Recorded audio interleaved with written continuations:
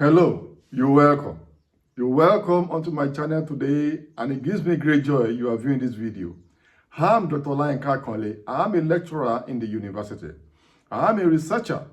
The video today is explanatory research design.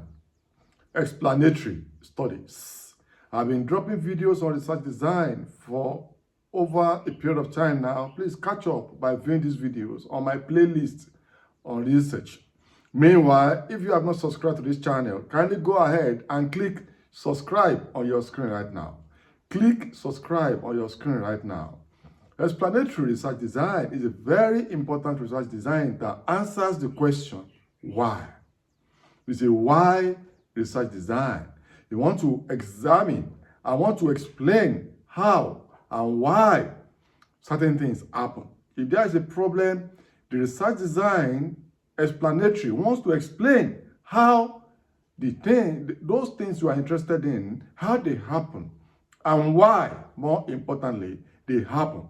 It's also known as cause and effect research design, or cause and effect design, or causal research. It is predictive in nature to the extent that I want to understand how things happen and why they happen, so that we can understand this and plan for the future, either to prevent the occurrence or to encourage reoccurrence. So we want to answer the question, how are these things happen? And why has it happened? It's predictive to be able to say, okay, based on this cause and this effect, this thing will happen in the future. This is how it will continue to happen, except certain things are done, depending on the outcome that is expected.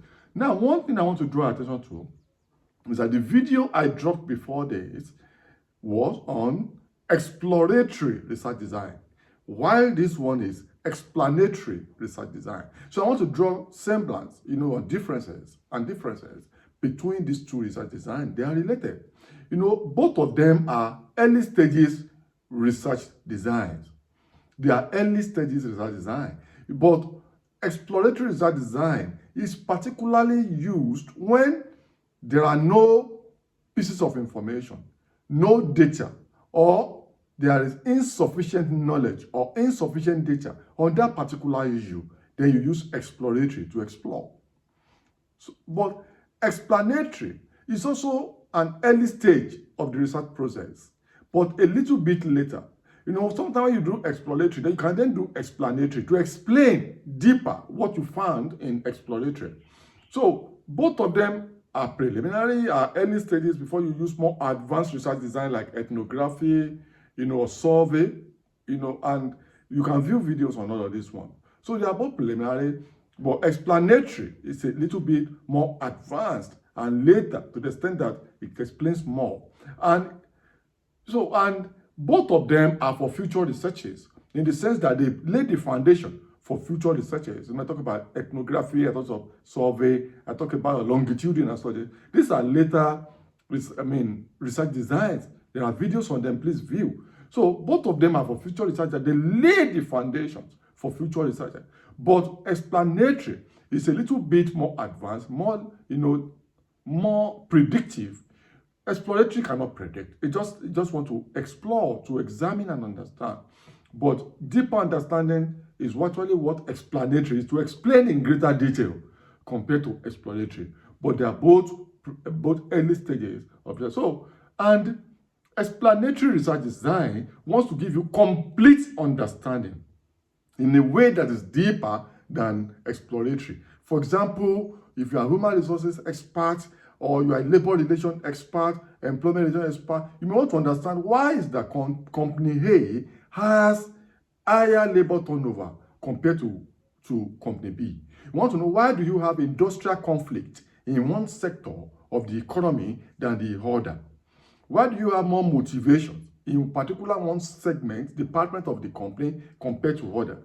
But also, if you are a development expert or development practitioner, you want to know that why do we have higher levels of poverty in the particular community compared to others? Or you are an epidemiologist or a medical expert, you may want to ask the question, why do we have higher fecundity?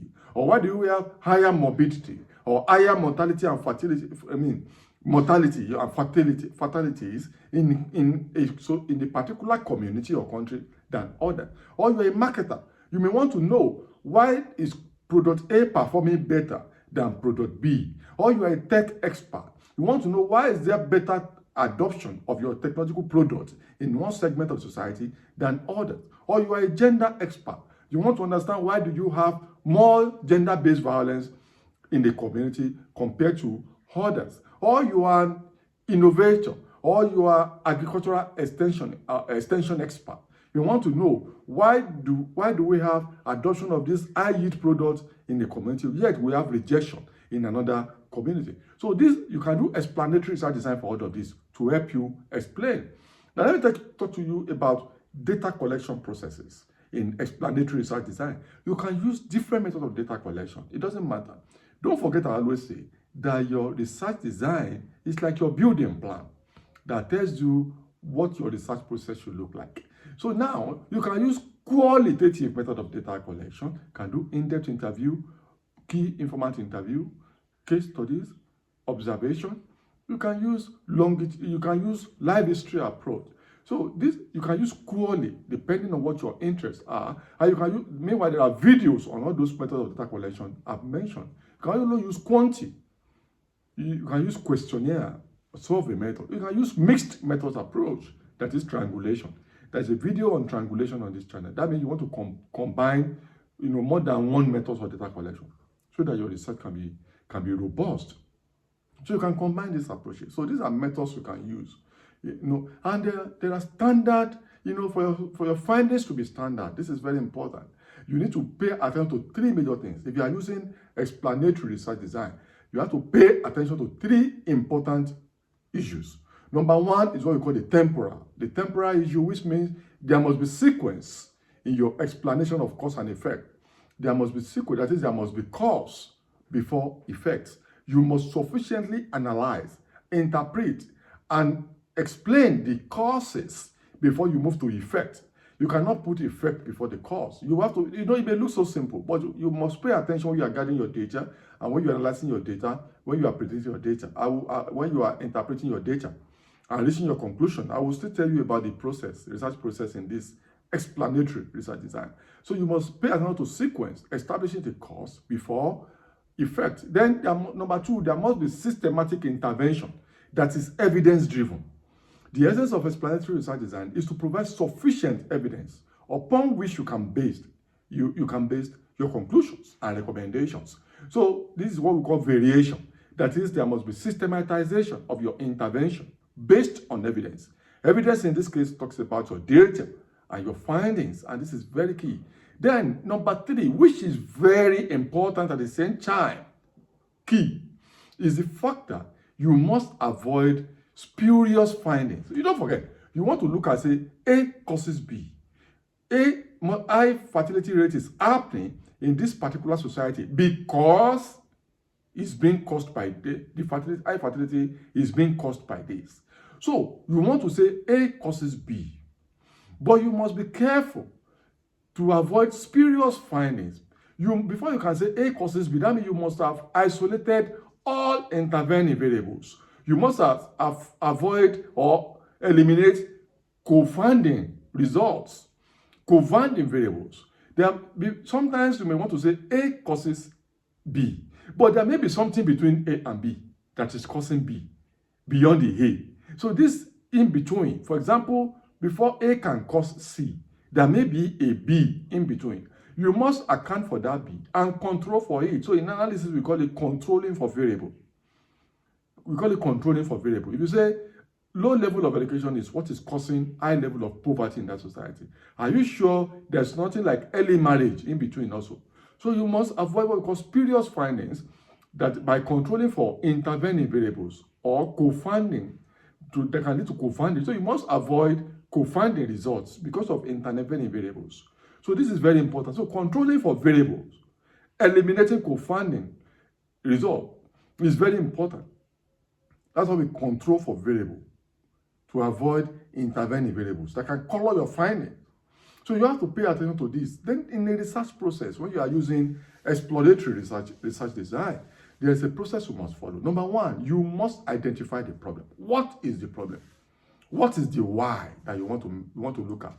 For example, I've given you the issue of labor turnover, human resources, labor turnover in a particular company, industrial conflict, poverty, morbidity and mortality, fertility, market performance, tech adoption, gender-based violence. What is the issue in your own case that you are interested in that will make you want to use explanatory research design? Before you can, like I always tell my viewers, before you can say explanatory research design is the most important, then that means you know other research design. That means you know exploratory, you know survey, you know longitudinal, you know ethnography, you know a lot of other issues. So that means to be a master in this craft, view all my videos for research design. In fact, view all my videos in my research playlist on my channel. By the time you are done with this, I've had a lot of feedback, comments saying, in fact, what they have learned on my channel sometimes is even more than some people can learn during a university's master's degree. So I recommend this channel for you and the playlist on research. So you have to identify the problem first, then you then set your objectives and research questions. That means you are breaking down the research problem you have identified in research questions and objective manner. Then you set your hypothesis. There's a video on hypothesis, objective research question on this channel. So you set your hypothesis and you test, then you test the hypothesis later during analysis. Then you decide your methodology. A component of your methodology is the research design, which you are viewing now. Then after designing your methodology, you do method of data collection. How do you want to collect your data? I have videos on method of data collection on this channel, like I told you, index interview, that is IDI, KII, observation, all the rest of them, view. Then you collect your data. Then you move to the very key area. What is this? You analyze your data. And this is why the issue of explanatory is very important. When you are analyzing your data, you are trying to explain. You look for cause and effect. You look for cause and relationship. In this place, you need high level of statistical analysis. You may even need modeling. You have to design models, run models, run experiments.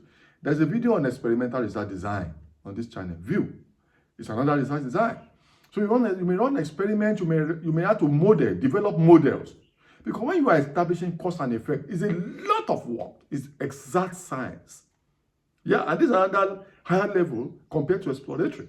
You may run advanced statistical analysis, advanced modeling before you can establishing cause and effect. It's not easy. That means you must go through length and you must go deep into it. And this is key. Then you interpret your data. You don't forget explanatory research design. It's your interpretation of data that will help you explain. Then you write your report and reach conclusion and recommendation.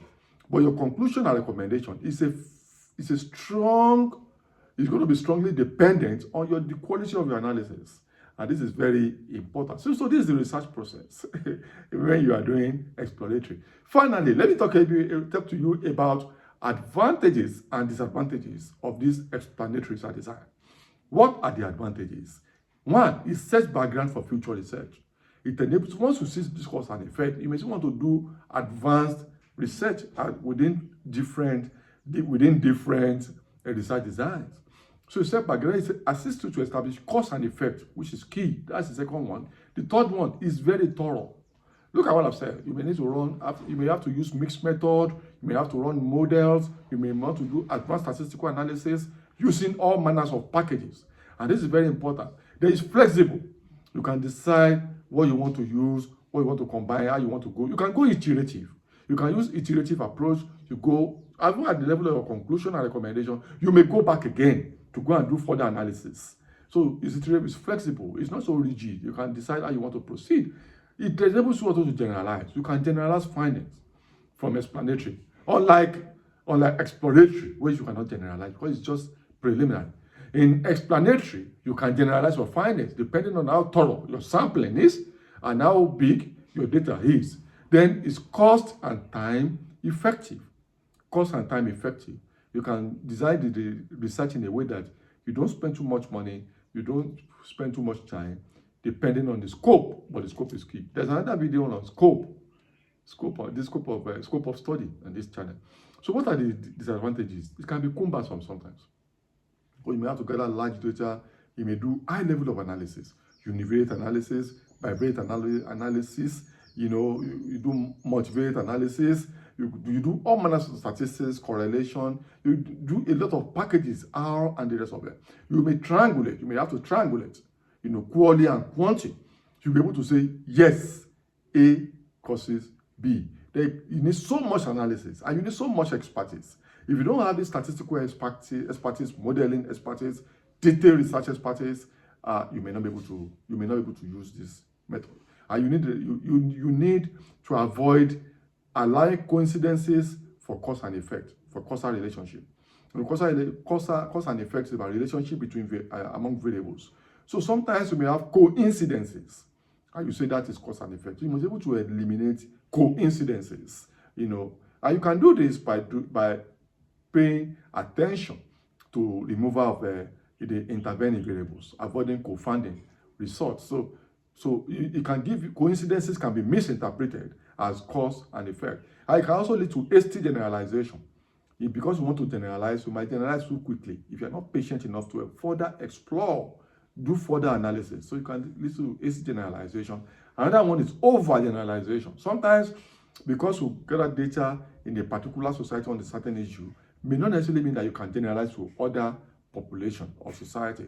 So it can lead to hasty generalization if you are too quick to generalize, or overgeneralization if you generalize too much.